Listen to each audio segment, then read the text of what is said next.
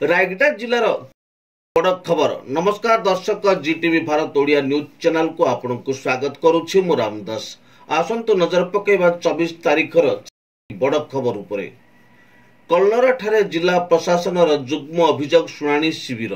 सड़क सुरक्षा को सुदृढ़ करने रायगड़ा रे आईआरएडी एवं ईडीएआर माध्यम रे पुलिस अधिकारी प्रशिक्षण। रायगड़ा रे जिला स्तरीय पीएम किसान सम्मान समारोह अनुष्ठित हो जाइछि। कल्लर ब्लॉक कार्यालय सद्भावना सभागृह ठारे आज जिलापाल जुग्म अभियोग शुणाणी शिविर अनुष्ठित हो जाइछि। जिलापाल पारुल पटवारी अनुपस्थित रायगड़ा अतिरिक्त जिलापाल नवीन चंद्र नायक अध्यक्षतार अनुष्ठित एही शिविर रे जिला मुख्य उन्नयन अधिकारी अक्षय कुमार खेमुंडू, उप जिलापाल रायगढ़ समन्वित आदिवासी उन्नयन संस्था प्रकल्प प्रशासक चंद्रकांत माझी, डीएफओ अन्ना साहेब ओहेले, सीडीएमओ लालमोहन राउतराय जोगदे अभियोग गुड़िकर शुणाणी करथिले। कल्लरा बीडीओ रीना प्रधान तत्वावधान परिचालित एही कार्यक्रम रे आज मोट 43 अभियोग शुणाणी होइतिला। सेथि मध्यरु 27 सामूहिक और 16 व्यक्तिगत थिबा जणा पड़िछि। एथिरे जिलार विभिन्न विभागर अधिकारी माने जोग 24 तारिख दिन रायगड़ा जिलार विभिन्न पुलिस थानार अनुसंधान करुवा अधिकारी माने, इन्वेस्टिगेशन ऑफिसर्स एवं स्टेशन हाउस ऑफिसर्स माने एसएचओएस पई integrated road accident database iRAD एवं ई डिटेल्ड एक्सीडेंट रिपोर्ट ईडीएआर विषय एक प्रशिक्षण कार्यक्रम अनुष्ठित होइतिला। प्रशिक्षण 17 फेब्रुआरी 2025 रु 24 फेब्रुआरी 2025 पर्यंत रायगड़ा जिलार समस्त पुलिस स्टेशन संबलित 4टी सेशन रे आयोजित होइतिला।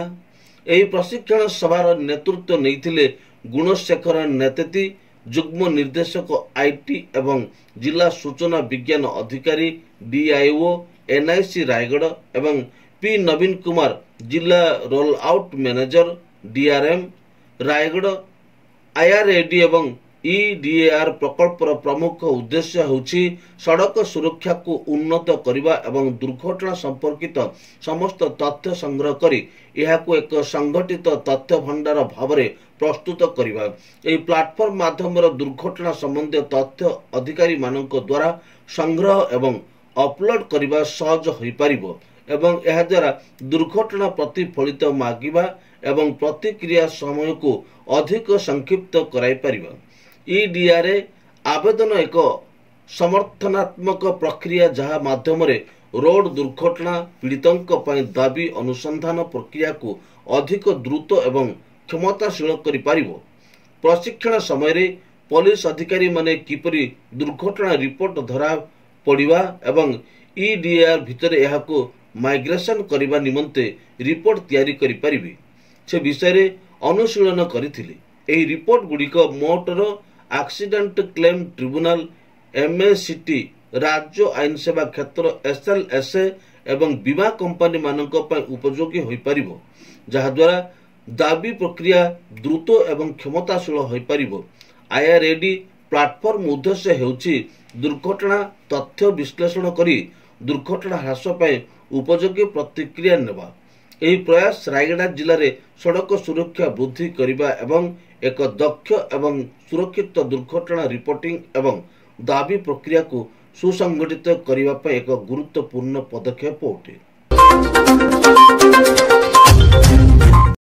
रायगड़ा जिला स्तरीय पीएम किसान सम्मान समारोह अनुष्ठित हो जाइछि। बिहार भागलपुर ठारू सीधा प्रसारण कार्यक्रम माध्यम रे प्रधानमंत्री नरेंद्र मोदी आज पीएम किसान सम्मान निधिर 19तम किस्ती टंका चाषी खाता को पठाई। एही परिप्रेक्षी रायगड़ा जिला प्रशासन द्वारा स्थानीय विजु पट्टनायक कल्याण मंडप ठारे अपराह्न जिला स्तरीय किसान सम्मान समारोह कार्यक्रम अनुष्ठित होइतिला।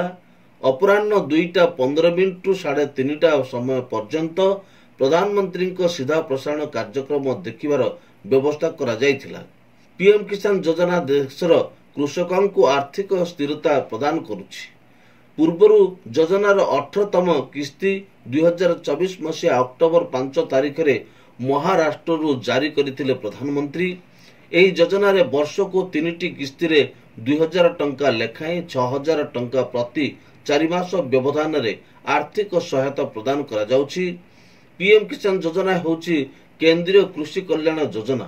ଗତ 2019 ମସିହା ଫେବୃଆରୀ ମାସରୁ ଏହି ଯୋଜନା ଆରମ୍ଭ ହୋଇଥିବା ବେଳେ ସିଧାସଳଖ ବେନିଫିଟ୍ ଟ୍ରାନ୍ସଫର ମୋଡରେ ଯୋଗ୍ୟ ଚାଷୀଙ୍କ ଖାତାକୁ ଏହି ରାଶି ହସ୍ତାନ୍ତର କରାଯାଉଛି ବୋଲି ଜିଲ୍ଲା ମୁଖ୍ୟ କୃଷି ଅଧିକାରୀ ବିଷ୍ଣୁ ପ୍ରସାଦ କର ସୂଚନା ପ୍ରଦାନ କରିଛନ୍ତି।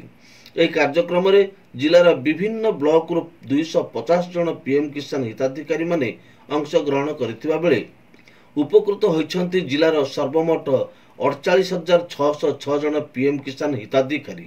ଏଥିରେ ଜିଲ୍ଲାର ବିଷମକଟକ ବ୍ଲକରୁ 3,966 ଜଣ, ଚନ୍ଦ୍ରପୁରରୁ 2,513 ଜଣ, ଗୁଢାରୀରୁ 3,714 ଜଣ, ଗୁଣୁପୁରରୁ 4,585 ଜଣ ଚାଷୀ ହିତାଧିକାରୀଙ୍କ ଖାତାକୁ ଟଙ୍କା ଜମା ହୋଇଥିବା ବେଳେ କଲ୍ୟାଣସିଂହପୁର ବ୍ଲକରୁ 4,208 ଜଣ, କାଶୀପୁର ବ୍ଲକରୁ ସର୍ବାଧିକ 7,524 ଜଣ, କଲନରାରୁ 4,445 ଜଣ, ମୁନିଗୁଡାରୁ 4,668 ଜଣ ଏବଂ ପଦ୍ମପୁର ବ୍ଲକରୁ 3,715 ଜଣ, ରାମନାଗୁଡାରୁ 3,149 ଓ ରାୟଗଡା ବ୍ଲକରୁ 6,119 ଜଣଙ୍କୁ ମିଶାଇ ସର୍ବମୋଟ 48,606 ଜଣ ହିତାଧିକାରୀଙ୍କୁ ଆଜି ପିଏମ୍ କିଷାନ ସମ୍ମାନ ନିଧିର 19ତମ କିସ୍ତି 2000 ଟଙ୍କା ଲେଖାଏଁ ଡିବିଟି ମାଧ୍ୟମରେ ସେମାନଙ୍କ ବ୍ୟାଙ୍କ ଖାତାରେ ଜମା କରାଯାଇଥିବା ନେଇ ଜିଲ୍ଲା ମୁଖ୍ୟ କୃଷି ଅଧିକାରୀ ଶ୍ରୀ କର ସୂଚନା ପ୍ରଦାନ କରିଛନ୍ତି। ଏହି କାର୍ଯ୍ୟକ୍ରମରେ ଅନ୍ୟମାନଙ୍କ ମଧ୍ୟରେ ଜିଲ୍ଲା ନିୟୋଜନ ଅଧିକାରୀ ତଥା ଭାରପ୍ରାପ୍ତ ଜିଲ୍ଲା ସୂଚନା ଓ ଲୋକସମ୍ପର୍କ ଅଧିକାରୀ ତତ୍ତ୍ୱମସୀ ମହାପାତ୍ର, ଜିଲ୍ଲା ମତ୍ସ୍ୟ ଅଧିକାରୀ ଜ୍ଞାନରଞ୍ଜନ ସେଠୀ, ବୈଜ୍ଞାନିକ କେବିକେ ରାୟଗଡା ଡକ୍ଟର ଅରିନ୍ଦିତ ରୟ, ଜିଲ୍ଲା ମୁଖ୍ୟ ପ୍ରାଣୀ ଚିକିତ୍ସକ doctor Debraj Nayak, DIO NIC N Gunasekhar, DIPR କାର୍ଯ୍ୟାଳୟର ଷ୍ଟାଫ ଡମ୍ରୁଧର ପଣ୍ଡାଙ୍କ ସମେତ ଅନ୍ୟ ଅଧିକାରୀ ଓ କର୍ମଚାରୀମାନେ ଉପସ୍ଥିତ ରହିଥିଲେ। Bureau report, GTV Bharat Odia. ଖବରଟିକୁ ଶେଷ ଯାଏଁ ଦେଖିଥିବାରୁ ଆପଣଙ୍କୁ ଧନ୍ୟବାଦ। ପୁଣି ଦେଖା ହେବ ଅନ୍ୟ ଏକ ଖବରରେ। ସେହି ସମୟ ପର୍ଯ୍ୟନ୍ତ ବିଦାୟ ନେଉଛୁ। ନମସ୍କାର।